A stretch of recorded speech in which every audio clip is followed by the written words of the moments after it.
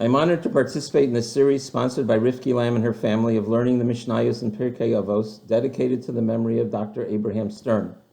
Dr. Stern was one of my mentors, the one who created and nurtured Yeshiva University's Torah Leadership Seminar and its related year-round programs into one of the most effective Jewish outreach programs and Jewish leadership incubators in the United States, Canada, South Africa, and Australia. The fourth parak of Pirkei Avos has 24 Mishnayos. The parak is filled with some of the most well-known of the Mishnayos and Avos.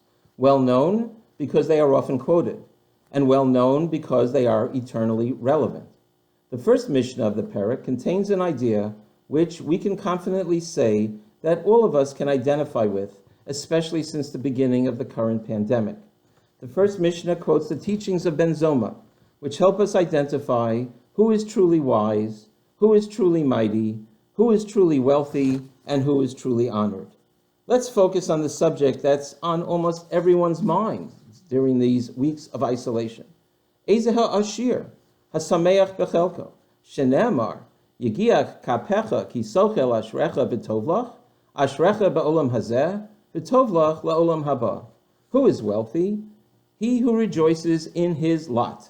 As it is said, Tehillim 128, you shall enjoy the fruit of your labors, you shall be happy, and you shall prosper.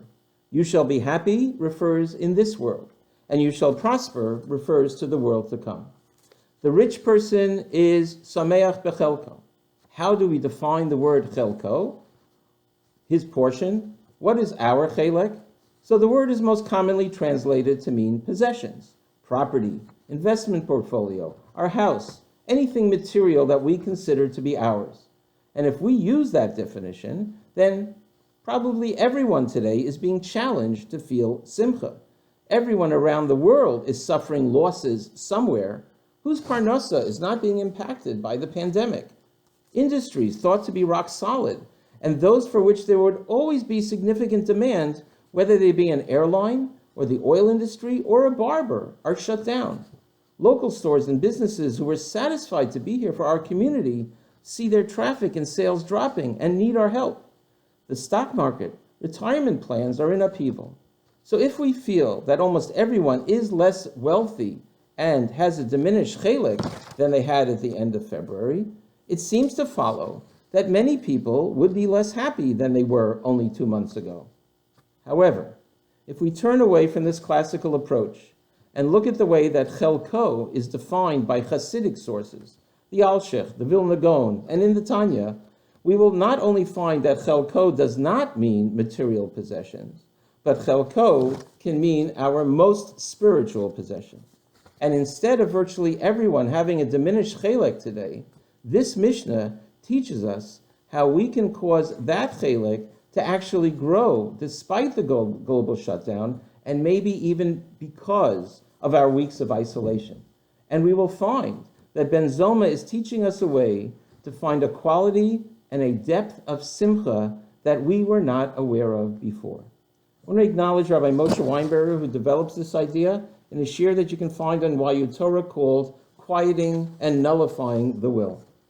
The Hasidic sources define chelek as the part of us that really defines who we are, the part of us that is eternal, the part of us that arrived on the day we were born and will not leave until after 120 years.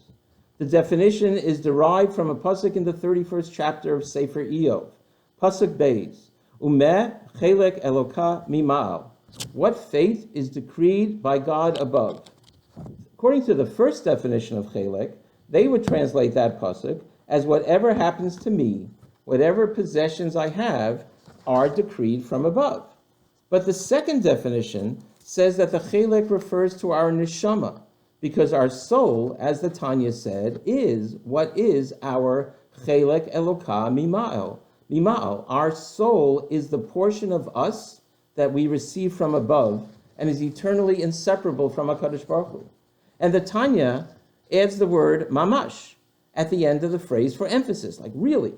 And the first appearance, by the way, of that word mamash is back in 1612, when Rabbi Shafsai Shefel Horowitz, in his Sefer Shefa Tal, writes, Yadua, Sha'neshamas shel Uma Yisraelis heim chelek eloka mimal. It is known that the souls of the Jewish nation are a portion of God above. And this means as an actual part of Hashem that was taken from something. So today there is a turbulence in associating when people want more possessions. And when we think about it, we are not really at ease when we spend our time looking outwards at what others have.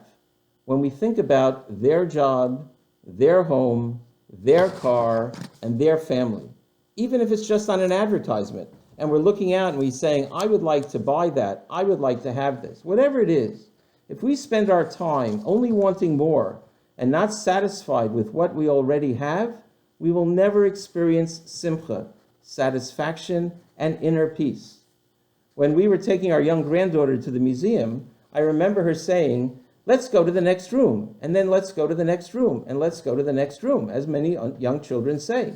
And at one point, we turned to her and said, this was the next room. We're now in what you thought was the next room. Let's be here. And by the way, even if we spend our time only looking into the past, in effect looking behind us, not even in front of us, only looking at what was, only thinking about what we thought were the good old days, we also cannot find real happiness. To be happy, to have simcha connected to this definition of chelek, we are required to focus in the very opposite direction than the first direction of chelek. These are times when we have a forced but potentially uniquely positive opportunity to stop looking out and to stop focusing on what is bigger, fancier, faster, or whatever we don't have now, and start looking inside of our homes, inside of our family, and most important, inside of ourselves to find the chelek Elokah Bimah. Hopefully we're taking this opportunity, mamash, to do it. And hopefully we are developing the skills of not always focusing on our perceived material needs, and for periods of these times taking moments, hours, maybe even the entire day of Shabbos, not thinking about what we don't have, and instead remembering the most important part of us that we do have. Not thinking about what we need that is out there, but thinking about the special piece of HaKadosh Baruch Hu that's already in here. By the way, you don't have to take to Hasidic sources to find this definition of chelek. In 1959, Dr. Norman Lamb delivered a drasha called The Source of Darkness, given on a Shabbos Parshas Bo, which is the parsha that includes the plague of Choshech. And I want to thank Dr. David Schatz, the editor of this book, Festivals of Faith, where that drasha is contained, for pointing the source out to me. Let me quote from Dr. Lamb. Darkness can indeed be a plague, but the same darkness can be a blessing. It can be worthy of the closest presence of God himself. For solitude means privacy.